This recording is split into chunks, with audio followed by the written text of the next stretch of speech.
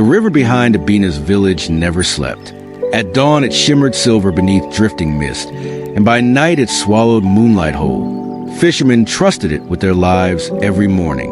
Mothers prayed beside it every evening. But Abina hated the river. She hated the smell of wet nets drying outside houses. She hated the sound of paddles striking water before sunrise. Most of all, she hated the silence people used whenever they spoke about her brother, Kojo. He disappeared when she was 9. Some villagers said the river spirits took him. Others whispered about storms and overturned canoes. Nobody ever found his body. After that, Abina refused to step near the shore. Stay away from the edge, her mother warned once. I already do, Abina answered quietly. Years passed, and the village kept living around the water. Canoes returned heavy with tilapia. Children splashed near the reeds. Young men laughed while repairing fishing nets beneath almond trees. Abina worked in the market instead. She sold smoked pepper and cassava beside old women who spoke too loudly about marriage. You should marry Kwaku, one woman teased. His family owns 3 fishing boats. Abina stiffened. I would rather sleep hungry. The women exchanged glances, but stopped talking. At home, her mother still depended on fishermen bringing fresh catch every morning. The roof leaked during storms. Their cooking pots grew thinner each year. Abina refused every offer connected to the river. Her father barely spoke anymore. Kwesi spent most afternoons sitting outside beneath the fading veranda roof, rubbing tired fingers against his knees. Age seemed to arrive too early for him. Sometimes Abina caught him staring toward the river with hollow eyes. One evening rain clouds gathered while she prepared cassava dough beside the doorway. Her mother sighed softly. Your father was not always like this. Abina kept kneading. He should have protected Kojo. The room fell silent, except for rain beginning against the roof. Later that night, Abina woke to hushed voices outside. She saw her mother speaking to Annie Efua near the cooking fire. He still blames himself, Annie Efua whispered. He should, Abina muttered before turning away. Weeks later, the annual river festival arrived. Drums echoed through the village. Lanterns reflected across dark water, while fishermen poured palm wine into the river for blessing. Children danced barefoot through muddy paths. Abina stayed far from the shore. Kwaka found her near the market stalls carrying baskets. You always disappear during the festival, he said gently. I do not belong there. You belong here more than most of us. Abina shook her head. The river takes people. Kwaka hesitated before speaking again. Not always.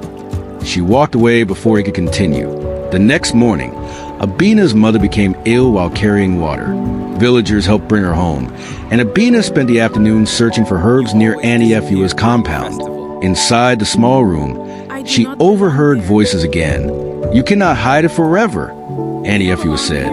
He asked me never to tell her, her mother replied weakly. Abina froze beside the doorway. Kojo did not drown, Annie Efua continued softly. She deserves the truth. The world inside Abina's chest seemed to stop moving. That evening she confronted her mother beside the lantern light. What truth? Her mother's tired face tightened with fear. For a long moment, only insects filled the silence outside. Finally, her mother whispered, Your brother left the village. Abina stared at her. No, your father sold the family canoe years ago. Gambling debts had become too large. Kojo discovered everything after the fight that night. Abina felt heat rising into her face. He left because of father? Tears gathered in her mother's eyes. He said he could not forgive him. The room suddenly felt too small to breathe inside.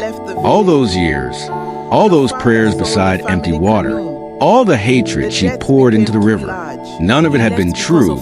She walked outside into darkness while distant frogs croaked near the reeds.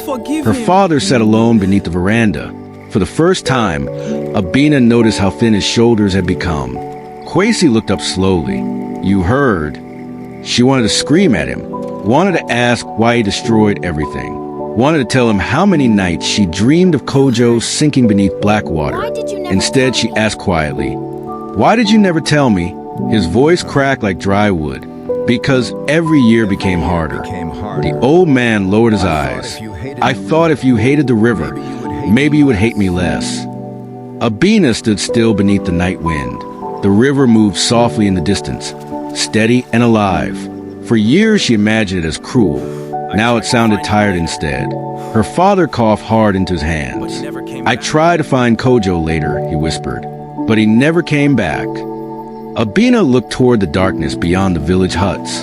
Some wounds did not bleed loudly. They simply stayed open while life continued around them. She sat beside her father without speaking. The wooden bench creaked beneath their weight. For a long time, neither of them looked at the other. At dawn, Abina walked alone to the shore for the first time in years. Mist floated above the water, while fishermen prepared their nets nearby. The river glowed pale gold beneath the rising sun. She stood there quietly listening.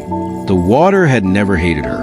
It had only carried the blame nobody wanted to hold. Behind her, the village slowly woke to another ordinary morning. Abina closed her eyes and let the river breathe beside her. Not forgiveness, not peace, just the beginning of something softer,